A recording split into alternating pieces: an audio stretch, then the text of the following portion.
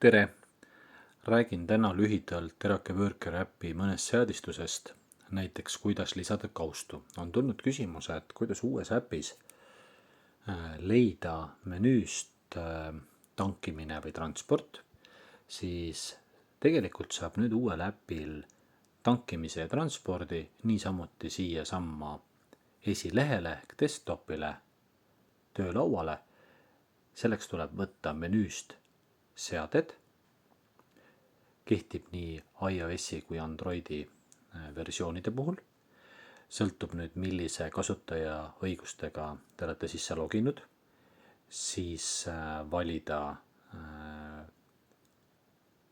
vaikimisi või personaalsete kaustade muutus, on hoiatus, et kas tõesti tahan seda teha, ja leida siit siis need kaustad nagu tankimine ja transport. Ja need lisatakse siis järjekorras ka viimasteks ja järjekorda liigutada saab nende nooltega siis üles-alla liikudes. Nüüd, kui me läheme vaatame uuesti esilehele, siis siin on transport ja tankimine täitsa näha. Avades tankimise, saame täita tankimise vaadet või siis samamoodi transporti. Aitäh!